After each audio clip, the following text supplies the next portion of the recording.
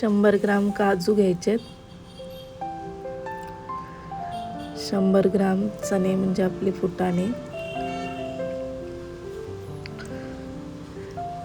100 ग्राम बदाम घ्यायचे, 100 ग्राम मनुका, खारीक घ्यायचे पाव, खजूर पाव,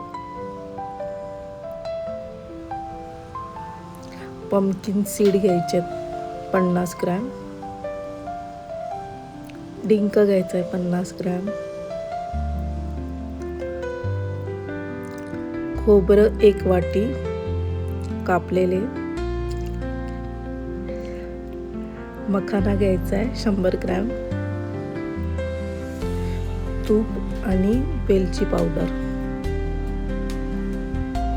आणि गूळ थोडासा, तो ऑप्शनल आहे, घेऊ शकता किंवा नाही, आणि पांढरे तीळ 20 ग्राम.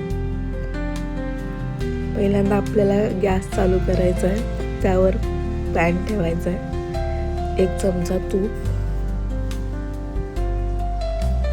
त्याच्यामध्ये आपण पहिल्यांदा फुटाणे भाजून घ्यायचे,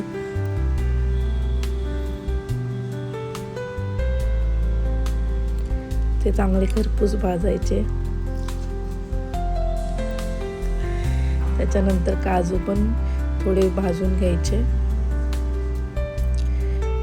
काजू आणि बदाम एकत्र भाजायचे, ते पण थोडेसे लालसर होईपर्यंत भाजायचे.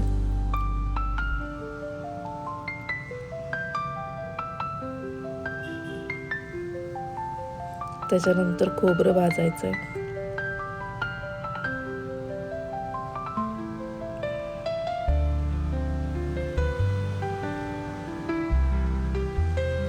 त्याच्यानंतर मखाना रोस्ट करून घ्यायचा आहे, थोडंसं तूप टाकून.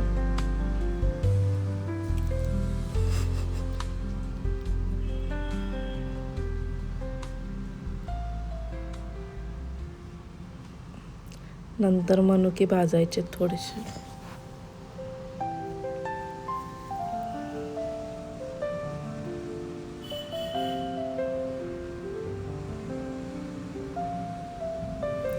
त्याच्यानंतर आपल्या पंपकिन सीड भाजायचे,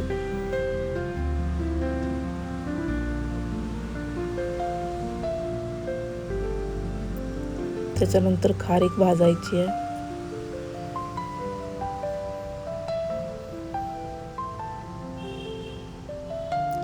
त्याच्यानंतर पांढरे तीळ,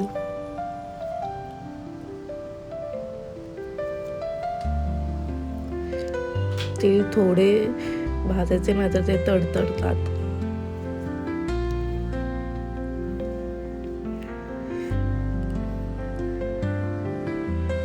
त्याच्यानंतर चिया सीड ऑप्शनल आहे,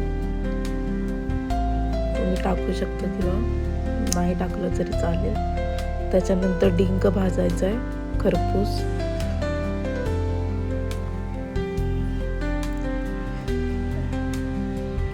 त्याच्यानंतर हे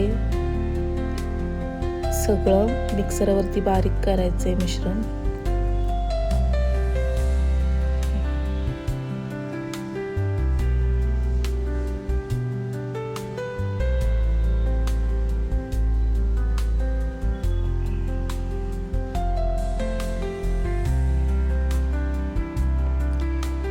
खूप बारीक नाही करायचं, मध्यम बारीक करायचं.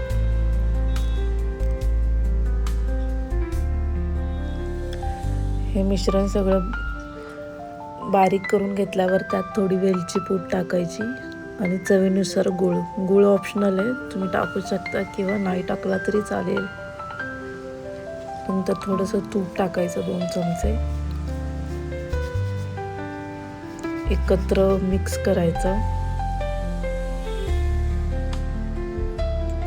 त्याच्यानंतर लाडू वळताना थोडंसं हाताला तूप लावायचं आणि मग लाडू वळायचे